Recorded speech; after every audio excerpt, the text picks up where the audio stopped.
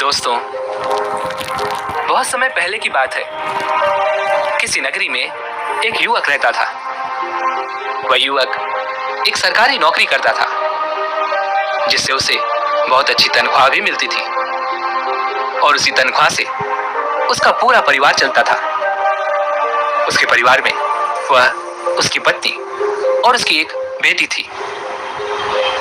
लेकिन फिर भी उसका मन बहुत बेचैन रहता। वह बहुत चिंतित रहता।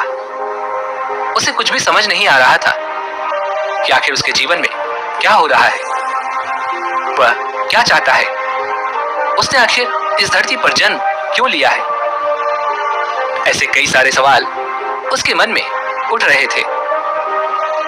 तभी एक दिन जब वो अपने बिस्तर पर सो रहा था, तो उसे एक सपना आया। उस सपने में उस व्यक्ति ने देखा कि वह एक संत से मिला है। वह संत बड़े ही ज्ञानी है, बड़े ही दयालु है। उन संत ने उसे एक ऐसा मंत्र दिया है, जिस मंत्र की मदद से उसका पूरा जीवन बदल रहा है, उसका पूरा जीवन खुशहाल हो रहा है और वह बहुत खुश है। लेकिन तभी अचानक उसकी नींद खुल गई और उसके बाद वो और भी ज्यादा चिंतित हो गया और भी ज्यादा परेशान हो गया। उसे समझ नहीं आ रहा था कि क्या यह हकीकत है या एक सपना। ऐसे ही कई दिन बीत गए। तभी अचानक वो एक दिन अपने काम के सिलसिले में कहीं जा रहा था। तभी उसे रास्ते में एक गुरुवर मिले। वह गुरुवर अपने आश्रम की ओर जा रहे थे। वह व्यक्ति उन गुरुवर को देखता है और उनके पास जाता है। उन्हें प्रणाम करके वह उनसे कहता है, हे महाराज, मैं कई दिनों से सो नहीं पाया हूं। मेरा मन बहुत बेचैन रहता है। मेरा मन किसी भी काम में नहीं लगता। मैं हमेशा दुखी रहता हूं, सोचता रहता हूं, चिंतित रहता हूं। और तो और अभी कुछ दिनों पहले ही मैंने एक सपना देखा था। उस सपने में मुझे एक संत मिले थे। उन संत ने मुझे एक ऐसा मंत्र दिया था, जिससे मेरा पूरा जीवन बदलने लगा था। मैं हमेशा खुश रहता था, हमेशा उत्साहित रहता था।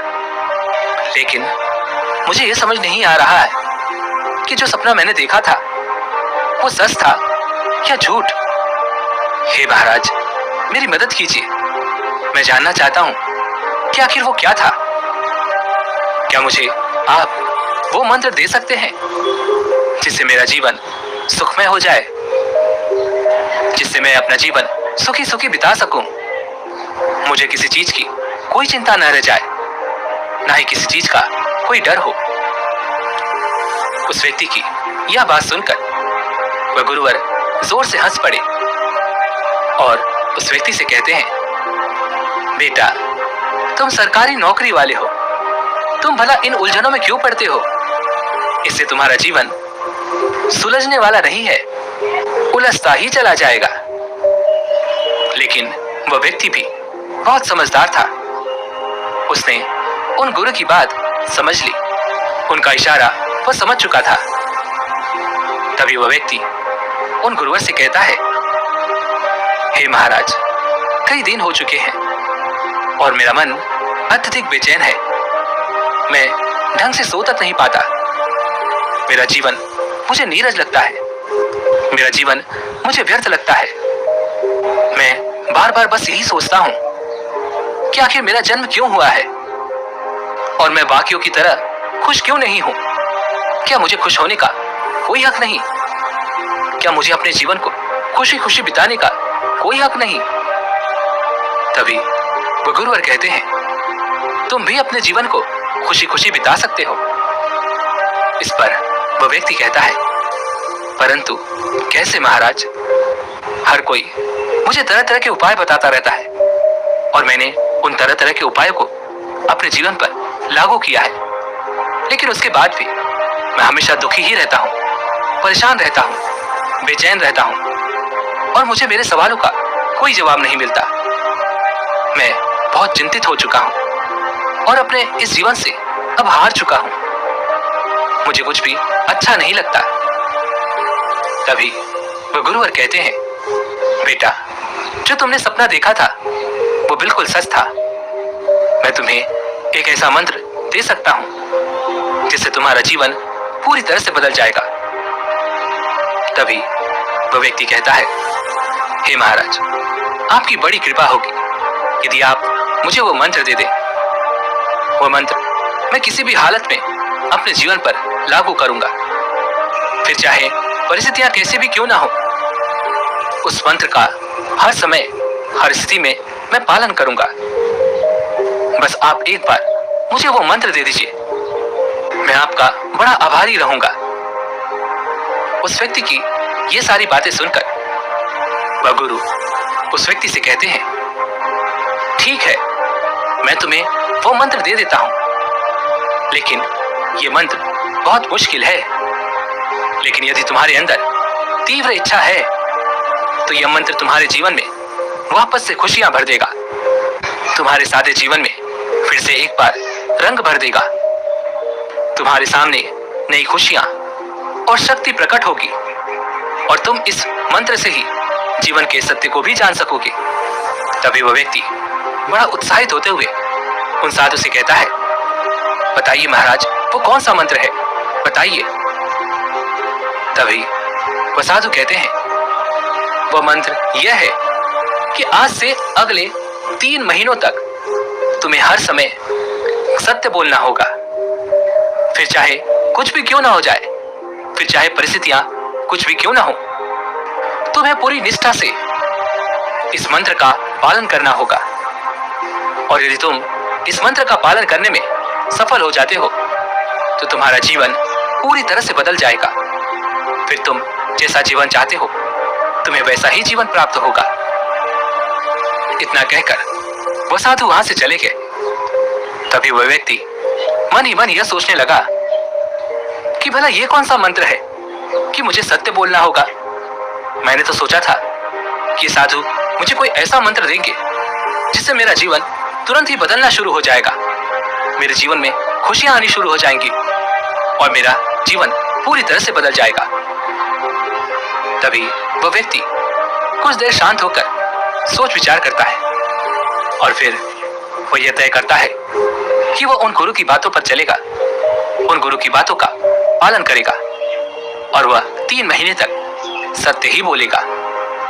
वह यह निश्चय कर लेता है कि अब से चाहे कुछ भी क्यों ना हो जाए, समय चाहे कैसा भी क्यों ना हो, वो केवल सत्य ही बोलेगा। और उस व्यक्ति ने उसी क्षण से झूठ त्याग दिया और उसने सत्य बोलना शुरू कर दिया। वह एक सरकारी नौकरी करता था जहां पर वो और उसके अन्य मित्र भी रिश्वत लिया करते थे। उसने उसी दिन से रिश्वत लेना बंद कर दी। और उस व्यक्ति की एक और आदत थी, वो पल पल चाय पिया करता था। उसने वो चाय पीना भी छोड़ दी। धीरे धीरे उसके मन से चाय पीने की इच्छा खत्म होती चली गई। धीरे धीरे ऐसे ही कई दिन बीत गए और उसका मन अब शांत होने लगा था। अब उसे चैन की नींद आने लगी थी। वह बहुत अच्छा महसूस करने लगा था। लेकिन दोस्तों, कहा जाता है ना, वक्त पलटते देरी नहीं लगती। संयोग ऐसा हुआ कि उसी हफ्ते कर्मचारियों की जांच हुई और निरीक्षण में यह पता चला उस विभाग के कई लोग रिश्वत लेते हैं। और इसी सिलसिले में जब उस व्यक्ति से पूछताछ की गई तो उसने सब कुछ सच सच कह दिया। वह व्यक्ति कहता है, हाँ, हम अब तक जो रिश्वत लिया करते थे उसे हम आपस में बांट लिया करते थे। उस निरीक्षण कर्मचारी ने तुरंत ही उनके खिलाफ एक्शन लिया और उसकी एक रिपोर्ट बनाई गई। उस व्यक्ति के साथ उसके अन्य मित्रों पर भी कार्रवाई शुरू की गई। उन सभी के खिलाफ एक मुकदमा भी दर्ज किया गया और केवल उस व्यक्ति के सच बोलने से वह व्यक्ति और उसके अन्य मित्र भी इस मुकदमे में फंस चुके थे। हर कोई परेशान था कि आखिर वह क्या करे। सभी को उस व्यक्ति ने मुसीबत में डाल दिया था। कोर्ट में सारे कर्मचारियों ने उस व्यक्ति के खिलाफ झूठा बयान दिया कि रिश्वत केवल वही लेता है और यह हमें बदनाम करना चाहता है। उसने हमें झूठ बोलकर फंसाया है। उन सभी कर्मचारियों की बात सुनकर वह व्यक्ति यह तो समझ चुका था कि अब उसे लंबी सजा होने वाली है। इधर जब ये बात उसकी पत्नी और उसकी बच्ची को पता चली तो उन्होंने भी उस व्यक्ति का साथ छोड़ दिया। उसके सभी मित्र उसका साथ छोड़ चुके थे। उसके सभी सगे संबंधी भी अब उसकी एक बात नहीं सुनना चाहते थे। वह बिल्कुल अकेला हो चुका था। अब उसके साथ कोई नहीं था। जेल में बैठे हुए वो व्यक्ति अपने आप से कहता है, उन साधु की बात मानते हुए मुझे अभी केवल 13 दिन ही हुए हैं और सच बोलने के कारण मेरी नौकरी चली गई। मेरा परिवार मुझे छोड़कर चला गया। मेरे सगे संबंधी भी मेरा साथ देने को तैयार नहीं। मैं बिल्कुल अकेला हो चुका हूं और अभी तो केवल 13 दिन ही बीते हैं और अभी तो 3 महीनों में न जाने क्या क्या होगा।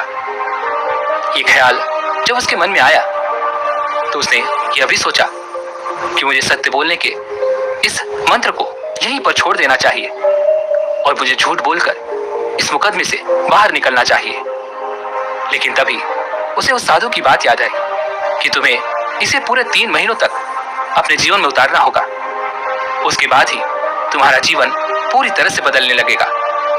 इधर वो ये सोच ही रहा था कि तभी वह साधु जिसने उस व्यक्ति को ये सारी बातें बताई थी, जिसने उसे वो मंत्र दिया था, वह भी उसे अपनी दिव्य दृष्टि से देख रहे थे और वो जोर से हंस पड़े और कहने लगे, शिष्यों, आज तुम जानते हो क्या हुआ?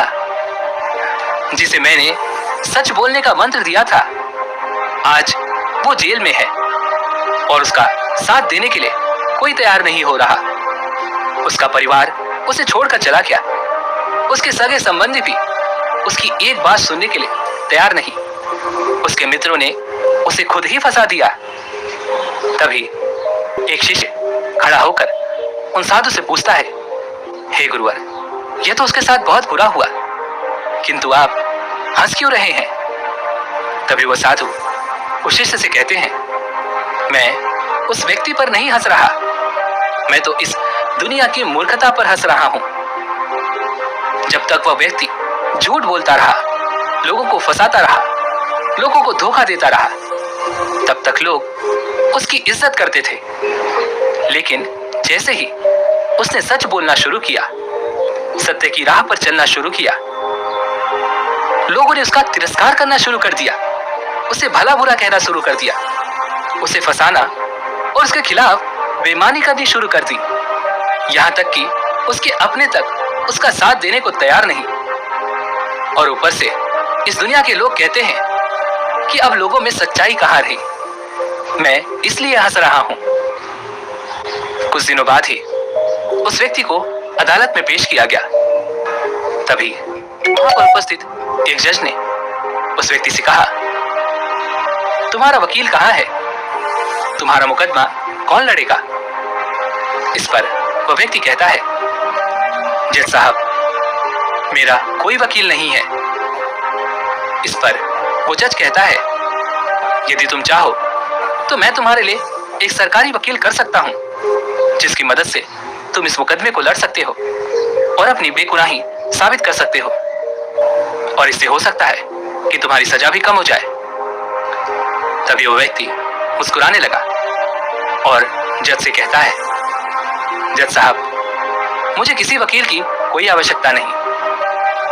अब चाहे मुझे कितनी भी सजा क्यों ना हो जाए, लेकिन सत्य तो यही है कि जो भी रिश्वत हम लेते थे उसे आपस में हम बांट लिया करते थे और उसका एक हिस्सा मैं भी लेता था। लेकिन आज से 13 दिन पहले मुझे एक संत मिले।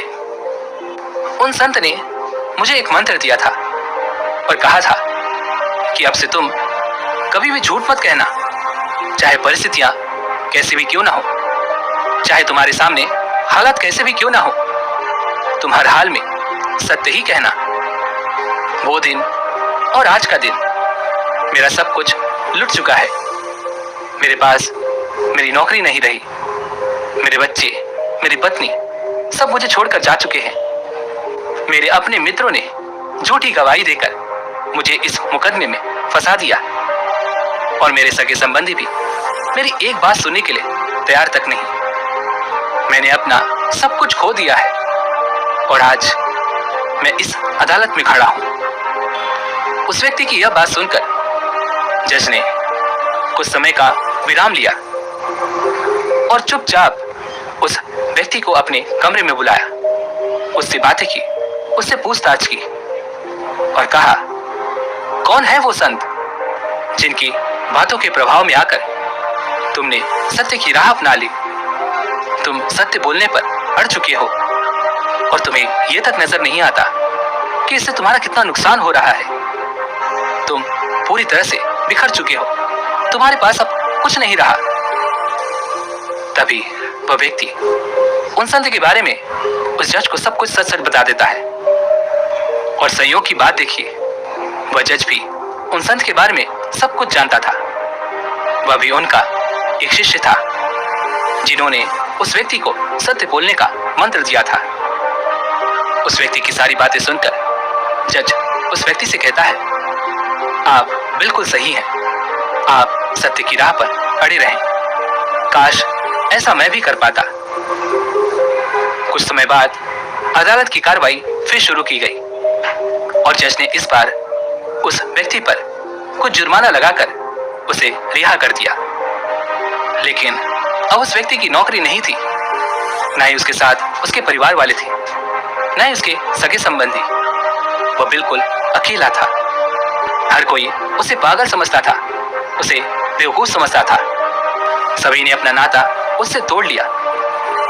उन्होंने जैसे तैसे हिम्मत बांधी और एक किराए का कमरा लिया और उस किराए के कमरे में वो आसपास के बच्चों को शिक्षा देने लगे। लेकिन उन्होंने अपना सत्य का संकल्प छोड़ा नहीं था।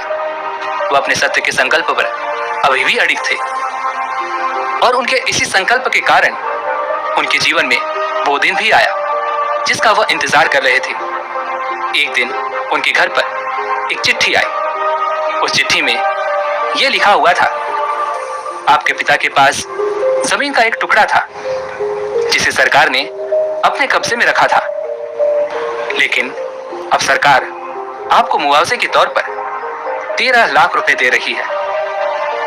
जबकि हैरानी की बात यह है कि उस व्यक्ति को उस जमीन के बारे में कुछ भी नहीं पता था।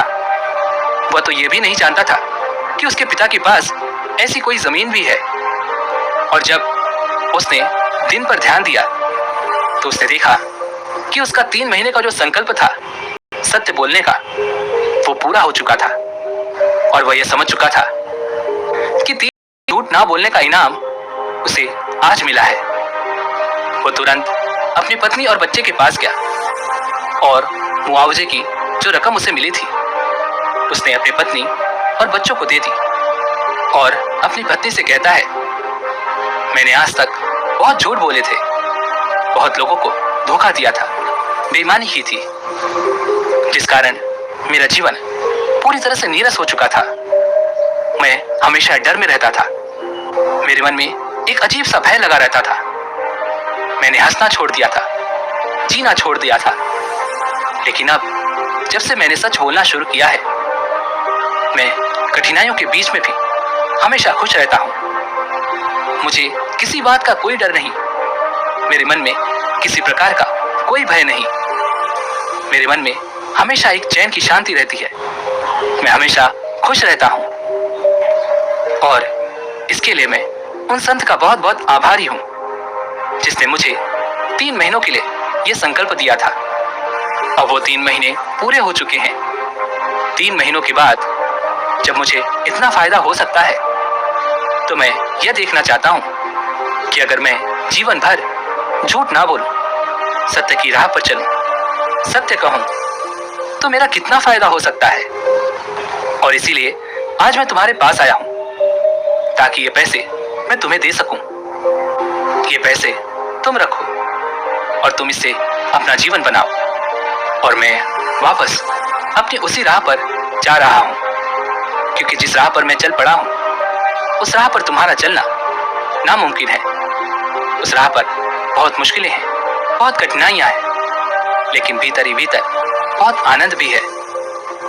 इतना कहकर वह वहां से चला जाता है और ठीक उसी समय वह गुरु भी अपने ध्यान की दृष्टि से देख रहे होते हैं और वह जोर से हंसते हैं और अपने उन शिष्यों से कहते हैं, तुम जानते हो आज क्या हुआ है? उस व्यक्ति ने आज सब कुछ खोकर भी सत्य का साथ नहीं छोड़ा। आज उसने सत्य की शक्ति को जान लिया है और ये एक महान जीवन का आरंभ है। ऐसा व्यक्ति चाहे जहां भी रहे, वह लोगों के लिए प्रेरणा और शक्ति का स्रोत बनेगा। दोस्तों, हमारे जीवन में भी कुछ ऐसा ही होता है। हम कभी खुद से सत्य नहीं कहते।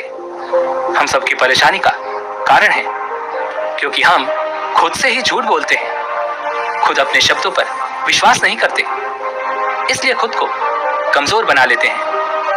यदि आपने अपने जीवन में कोई भी लक्ष्य निर्धारित किया है, तो उस लक्ष्य के प्रति पूरी तरह से तत्पर हो जाइए।